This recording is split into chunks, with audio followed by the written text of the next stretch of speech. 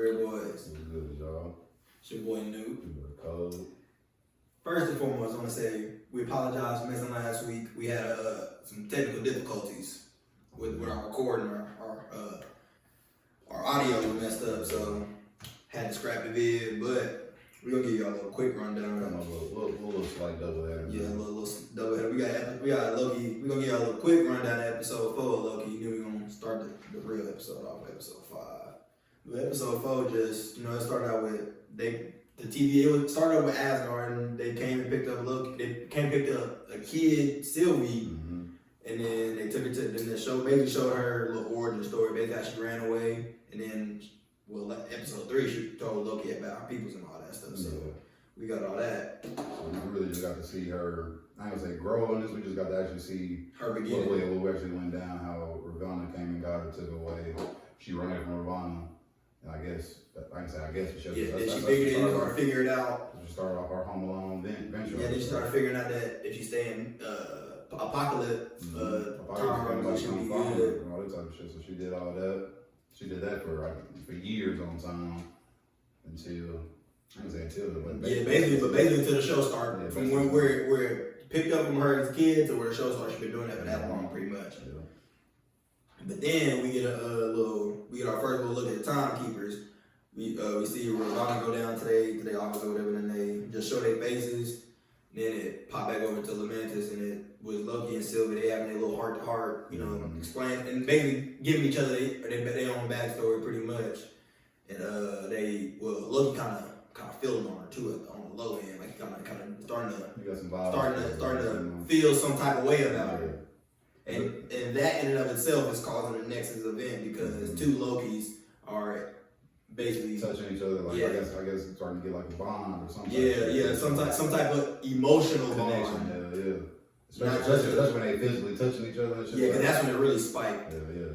But then that's when the TVA pop in. They get them, and then they take them back to the TVA, and they start interrogating them. They split them apart, obviously. Yeah. Mobius take Loki, and then Sylvie get put in somewhere else, and Mobius end up putting Loki in a little time loop. A little time cell. Yeah. With the real Lady Loki that's supposed to be, but you know what I'm saying. Yeah, we got Lady Sith in the last episode. I was geeked about that. But it's like, damn. Yeah, that's literally what she was just in that for that little time thing. And then we got we also get to see what Sylvie was doing.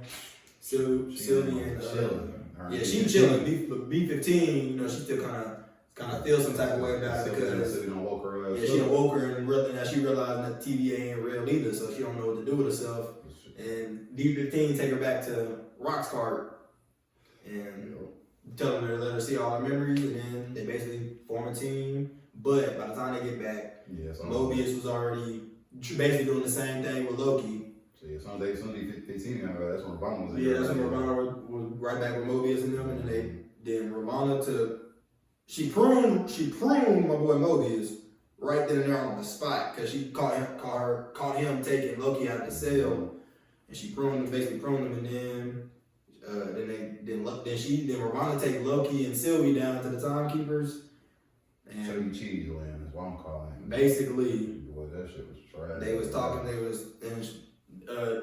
a fight break out. Long story short, and Sylvie cut one of the middle timekeeper's head off of that Robotron. Fall down to the feet. She picked it up like damn, like who really behind this now? Like who don't credit the TVA?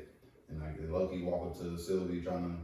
Again, be on some. About to tell her because Mobius gave him a theory like y'all might be the way to break all this, and then he about to basically tell her he love her. Yeah, or kiss her. It was one of them two, but Ravonna was going ahead and Prana sent that boy to the void, and we just figured out what the name was called this episode 5. But episode 4 he got sent to the void. He wake up or get up. Old head Loki, kid Loki. This post credit scene. This post credit scene, man. Yeah. You gonna get Loki, see Loki waking up to Kid Loki, Alligator Loki, Black Loki, and Classic Loki. Yes, sir. Then I'll get into that one though. But that is important obviously for the start of this. That little core group of Lokis is. Yeah, it's important for this next episode. We got to pop off, so we jump in episode 5. Man. Episode 5 start with an upside down viewing of the TVA and everything, because if you think about it, everything that turned on the head.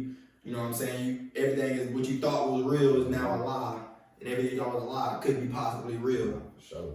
So, or the truth anyway. Let me not say real. And then they pop back up to the void, where Loki getting up. He's still with the other Lokis. Yeah, they team up trying to go find. They about to take him back to their little shelter, pretty much. They're in the void, like we were just saying. They're in the void. So we see as the camera pans out and we see the big city. You know, we see the older it's not the Avengers Tower. Kang Tower. It's not Kang Tower. It's Quineg. Nigga, Quineg Tower. That's the name of the company that bought. That's the name of the company that bought Stark Tower, and that wouldn't happen in the comics anyway. So that's probably a parallel. That's probably a branch universe that happened in. That's why it's in the void, because that's where all the stuff that they prune away goes, pretty much. I guess you could say.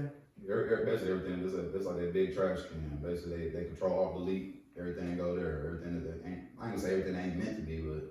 Everything that they pruned away that they deemed wasn't part of the sacred timeline. Yeah, it's right there, but it's really just a village full of Lokis, my God. Yeah, but we continue to pan out there. We see the big smoke monster, alive.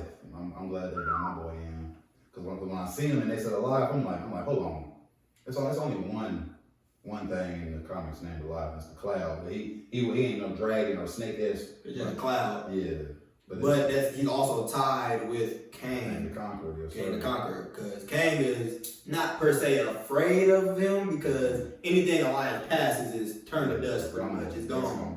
So he just does his best to avoid Elias. But in this, Elias seems like a guard dog, because they're at the end of time, but everything past Elias is the continuing or whatever. Like I forgot it. Like I forgot how to explain it. Yeah, I forgot how to explain it exactly. It's kind of like a pocket. I ain't say a pocket reality or something. Yeah, like kind of. It was. Yeah. That's what it looked like when they had it on that little tent pad. Like this was a pocket, like a straight line pocket reality. Yeah. Then like the line supposed to keep going on the other side. But yeah, so they go through all. They get to the what you want to call it, the Loki Den. Yeah, but I get you say yeah. But before they even get to Loki Den, this Easter egg. In the void, there is so many Easter eggs. Oh my goodness. We could run a few down for you. I know you got some wrote down. I will run it down. Yeah, because they start because they walk into the to the Loki Den. Yeah, to the Loki Den pretty much. To today's safe house. Yeah. Which really is like a little safe house or whatever. And we see the helmet of Yellow Jacket from the villain from Ant-Man. And this blew up like yeah, it's like a giant helmet. Yeah. Which is weird to me because y'all remember Ant-Man, he got shrunk down into the quantum realm, disappeared into the quantum realm. But for y'all that know, the quantum realm also got time travel powers, so it could have just came out on the other side big. True. But then they had UFOs, they had some ships. They had the Thanos chopper from the comics. That was hard in the mother. It was just there was a living tribunal statue head in there too. Remember that's what I asked you when I walked in earlier. I was like, what was an actual statue? Yeah, I was a living tribunal. At first, I seen the face looking. And there's the two on the side. I wasn't even peeping the two on the side. But yeah, they got the living tribunal head in there, which actually got some most stuff to do with some time stuff. Is the living tribunal is basically what you want to say the counselor. The time, yeah, pretty much. You know what I'm saying? So yeah, he delegated with all that. And then they also got some crash UFO crash, the helicarrier, like shield helicarriers, and the Red Skull that airplane, that plane, I guess it was. Mm-hmm. They escaped in the first Captain America movie. That was there. The void is jam packed with everything. But that ain't even the best Easter egg, because they little safe houses underground, so they come underground. You know, they did a little pan down and they go through the dirt. We see Mjolnir as we know it from the MCU from right before Hela broke it. Yes, it's a Mjolnir right there, so that's probably gonna play key in Thor: Love and Thunder. Now I don't know. That just came to me right then and there, so I'm gonna say that. Mm-hmm. But you go down a little lower, you got a jar and a frog jumping in it. Throg. Yes, it was Throg. I got a picture of y'all know who Throg is, man. That's a variant, pretty much a variant version of Thor that was turned into a frog. Because that was the closest. He got the cape on. He got the wing. He got the white wings on his helmet and everything. He got the red cape. It was Thor. It was Thor. Then they got his comic book released. Yeah, 365. 365. Yeah, that was his first comic book appearance, and it was labeled like on the test subject 360. Yeah, so that was hard. So yeah, But then they switch over to Sylvie. Sylvie was asking him. She was asking Ravonna basically pretty much everything, like how he, what's the deal. That's how we find out that Elias is at the end of the timeline or whatever, and everything. He's there, meant there, so that way nothing can escape. But at the same time, Ravonna trying to play dumb though. Like she trying to play like the crazy blonde. Like, Yeah, she don't act like she don't know what's she really going on. giving Sylvie to run around like. But she don't know what's going on. She don't know, but at the same time, when it comes to the timekeepers, she don't know anything. That was news to her, just like how it was to them. Cause like she lied to Sylvie about that craft they had. Yeah, when she was shaking hands, because they called it the Void Raft or something like that. And then it's funny how like Miss Minutes even spoke about it. She was like, "You got the Void Raft?" Like, people lying on her. Right. Yeah. And then they basically played a little thing so that way backup would come in, and as all this was going on, Sylvie dropped the hint to. Ravonna dropped the hint to Sylvie and was like, Loki probably not dead. Mm-hmm. Like, there's a good chance that he's not. And the only way you can see him is if you get pruned. So basically. Yeah, she basically trying to help her, but not help her at the same time. Yeah, because I don't think Ravonna even think that everybody goes to the same spot. Yeah. Because they probably, no, that probably, that don't make it's sense. kind of weird though, because Loki was confused why Mobius was in his void. Like, I mean, like you got. But if the TVA could only be the TVA to get Loki's, to get other Loki's. And that's gonna tie into my theory I'm gonna talk about at the end of this. It's kind of foggy with that shit. Cause I thought everybody was had their own. Because where C20 at? C20 should be in the void. Dead. Nah. Dead. Not pruned. Dead. Also, so you think Ravonna actually deceased? Nah, I feel you, man. I guess, but all right, let's get back to episode 5, man. So yeah, so Sylvia ended up pruning herself and getting to the void. Long story short. Basically, Elias almost got her ass instantly. And Sylvie's so cold just because that enchantment power don't. Because if you think about enchantment, you would think that it won't work against a fucking cloud. But she touched some of that card and touched some of that cloud. It was That's a Raven moment happening. No yeah, she saw a mansion. That's all she saw, and it flashed away. Yep. So, but then Mobius pull up, they escape all that. Yeah, he shouldn't be running if it's Stranger's car. Like, so yeah, they pull out. They run from the line. They pull off. But as this is happening in the Loki den, they basically telling each other they Nexus events. Yeah. Because Kid Loki's Nexus event is he killed Thor. So he basically the strongest. That makes him the leader out of all. Yeah, he basically that little group's leader. Yeah. So that is like some powerful shit. Yeah, like he's the only one to kill Thor, and he did that as a kid. He did that. And then you got boastful Loki with the line. Yeah, the Black Loki. He was such a useless character. Bro, he was there for 5 seconds, bro. He said his Nexus event was he beat Captain America and Tony Stark up and got all 6 Infinity Stones. And as he said that the alligator Loki did do a ground, called him a liar, basically. That nigga had to be dead. He was like, ain't my fault that your Nexus event that you ate the neighbor's cat. Right. hey, alligator Loki don't take no shit. I mean, then they ran right up on him, bit down on his hand. Oh God. And then old head Loki got to tell him his little Nexus event. His story up until his event is the same exact as Loki. It's up until Endgame, whenever Thanos is on the ship. It's funny that Loki had asked him, or the Loki asked him about the dagger, or old head Loki was like, yeah, he's like, did you try to stab him? He's like, oh no. He's like daggers are useless to Loki. He's like, it's pointless for us to have a dagger. Yeah, he's like, take it away from our ability. I forgot exactly what he said. It's basically how they illusion projection or whatever. Yeah, so he do all that. So instead of he faked his death basically. And he created a perfect illusion to Thanos to that way. So basically Thanos made it seem like he killed him. And then he just went off to a barren planet and lived the rest of his days until he started missing Thor. You know what I'm saying? He started missing his brothers. Probably Asgard too. He ain't say that, but he was missing his brother a whole lot. And he said, as soon as I tried to take a step off the planet, TVA popped up and grabbed me. Like, damn. So, and that's important. He said that he had the best. I'm gonna call them constructs. That's not what it is when we're saying that, because that's the comic book giving us a DC. But yeah, he had the best constructs in basically out of all of these, and that's important for later. So boom, then Loki, like he telling him like, the main Loki's like, oh, I gotta get out of here. You know, we gotta go kill this thing. Yeah, like. And they laugh at him. He's like, all right, whatever. And then he's about to leave. And then that's when we get then as soon as he opened the little hatch, that's when we see President Loki and all other little Loki variants all around, basically like his little army. Hey, I just peeked it. Oh, I just peeked it. It just came in my head. That black Loki that was standing on the side of the glasses with the dreads. No, I think that's the same Loki that popped up on that. Remember when they were showing them all the variants? That the Hulk version of Loki. The black version and the black version. I was like, oh shit. Because if you just go back and like watch that, you'll see that and you're like, damn, hold on, is that the other variant? But yeah, that's cold. So yeah. So they hop down there. I guess boastful Loki set it all up to what are you going to be the king of he wanted to be the king of all them Lokis and of the void, basically. But you know how Loki's work. I mean, Mischievous, they all double crossing.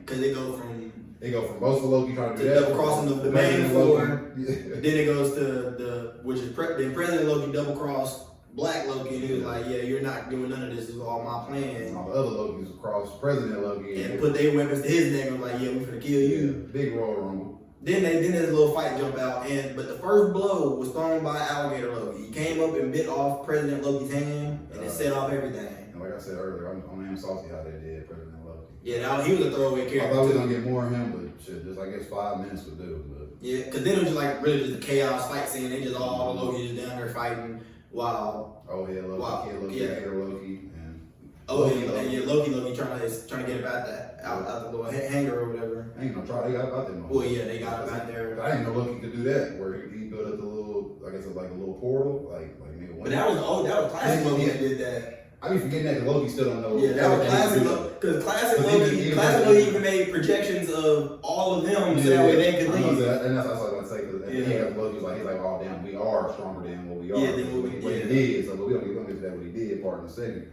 So they do all that. They get up out of there and they on their mob. They're like, yeah, we gotta go kill this thing. Yep, so and then they meet up with Sylvie and my boy Mobius. Sylvie the only one who got the right kind of thought process, even though it's left field and motherfucker. Because she gave contact with that shit that worked. Yeah. Well, there was a chance that it could work. I'm gonna say that. So she was just like, you want to go kill it? Like, no, I'm gonna go and enchant it. Like, all of them was like, you're tripping. Like, that's really not gonna work. Like you did that, we all gonna die. So like old head Loki and kid Loki, it was like, fuck it. Basically abandoned mission, because they just gonna leave him, let him do what he do. Because when Sylvie gonna go by herself and Loki was stay and watch. All right, so yeah, Loki was like, nah, if you go, I go, basically. So they mob down there, alive pop up. He wasn't even on the bull yet, because like it was just weird how he popped up. It was like. Cause it was something something was gonna get put there. Basically, it was gonna get dropped there, and they was gonna attack the first thing in the scene with all the energy or whatever. You know what I'm saying? So Loki started running off and stuff, trying to distract him. It worked for like 2 seconds. Buddy went back and tried to get Sylvie. Wrong thing, nigga. Big green globe right here, right in the side of the face. All you see is old head Loki. I don't want to say conjuring, but basically he illusion projection the entirety of Asgard. Oh my goodness. Oh no, that shit was hard. I can't stress this enough. The entirety of Asgard. Y'all know that? The long strip where the Bifrost is. He had all that, the entire city, the whole castle, all of it. Yeah, for sure. He had the statues and everything. Every house in the city, bro. Like he did it. Like Elias so gullible in this one. He trying to eat. He trying to bite through the city. It ain't working. Till he realized that it wasn't real. Yeah, it wasn't working. And then he saw. Yeah, he saw where it was coming from. Went right to him. But then that's when before that's when Loki was like, damn, we is stronger. We are stronger than we is, because like we say, we ain't seen Loki ever just conjure up nothing. Multiple things at a time. It's always just been one thing. Yeah, like literally one thing. Like we said, he conjured up literally all. He made those all of them fighting in the Loki did. And this is the classic. This is the old head Loki. And then he conjured all of Asgard at the end, and then because he had said something to like they was mobbing earlier, and they were just talking about. Then we all want to do something, but like, he's like great purpose or some shit. I forgot exactly the word. That great purpose was his last. Yeah, greater purpose is that was the last word right before I lied. He was like, this is my greater purpose. Yeah, and my nigga was crying. Yeah, dropped a little tear. And after I ate him and looked at as he ate him, he looked at to Sylvie and Loki, but. They wrapped around basically his like his little smoke tail or whatever. And right before he get close to him, they complete the enchantment, and he vanished, and it opened up to that mansion that she saw, but it's in the quantum realm. That's what I think. Yeah, it's the only thing that makes sense, man. Because if y'all seen Ant-Man, if y'all seen Endgame, y'all know what the quantum realm look like. Y'all know it got that rainbow-esque background feeling. It looked real trippy, you know what I'm saying? So, and then food houses on top of a fucking rock, you know what I'm saying? A floating rock. So that's why I'm confused on. I think my deep dive into my research has definitely brought to my attention that I really do think I know who that's gonna be, and it's gonna be a Loki, but he's gonna be going as the name Immortus, because in the comics, the castle Immortus is basically the exact same to how it is, and it's on that rock, and it's like shaped like that or whatever.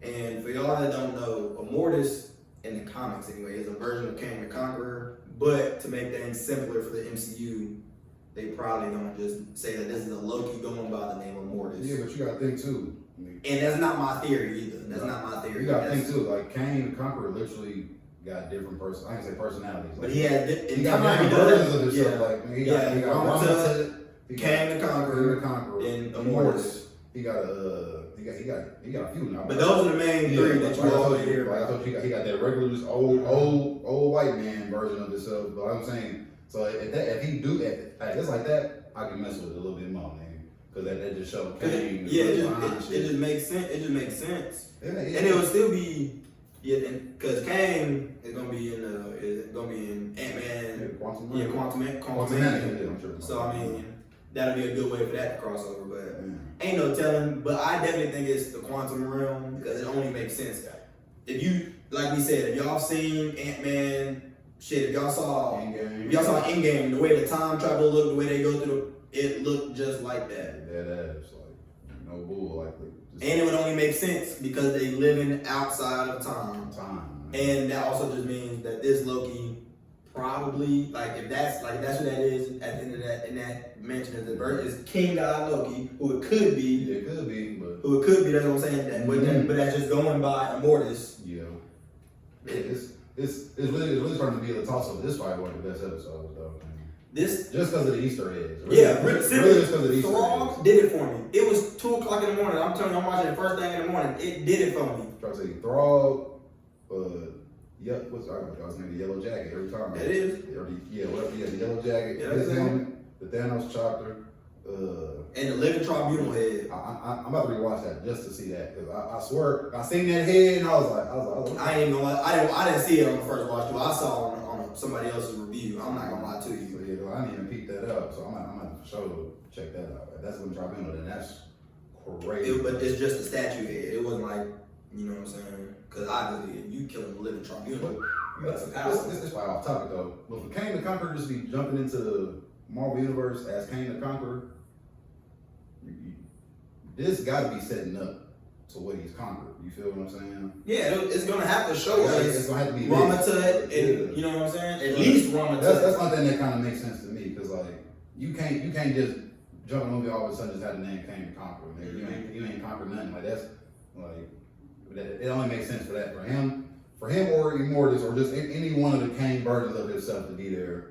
If not the old man, I always forget what his name is, the one who created the TVA. But if it's not him, it'd be dope if it's another Loki though. That's why. That'll be a big plot twist. Because it's even the scene in the trailers that we seen. There's a Loki walking from a throne, and there's our Loki walking through that door. I forgot we ain't seen that yet. So it only makes sense. And again, that's not my theory. Shout out to Comic Explained. That was his theory, and I'm just kind of piggybacking on it. But yeah, we ain't got no clout, but I ain't trying to take none of his. Yeah, that's about it, man. That's around the whole episode, man. You know what I'm saying? We got one more. Yeah, with no post-credit scene this week. They blew me with that one. We got one more until Kevin Feige, you got the highlight. You know you got the number. No, he really ain't got to holler at us because he did his thing with all them Easter eggs, man. He really did his thing. He was like, why give me an end credit scene? I'm gonna throw 1,000 Easter eggs at y'all. And they gave us Throg. Okay. Yeah, like come on. Like I was sitting there, like when you told me that, and I was watching, I really ain't mad at him. Like they gave us a lot. And Frog will probably never show up again in the MCU. No, He will probably never. never show up again. But that was hard. Yeah, that's like. And because that was for a lot of y'all that don't know, they in the with Ragnarok. Yeah, in Ragnarok, when Thor came back to Asgard and Loki was playing as Odin, and he had that play going on, and that version of Loki was like, "I'm sorry, I turned you into a frog." Yeah, that was a throwaway line at that point. That shit, and now we just finally seen it in real life, even though that was a play in the movie, and that's a real alternate version, but still.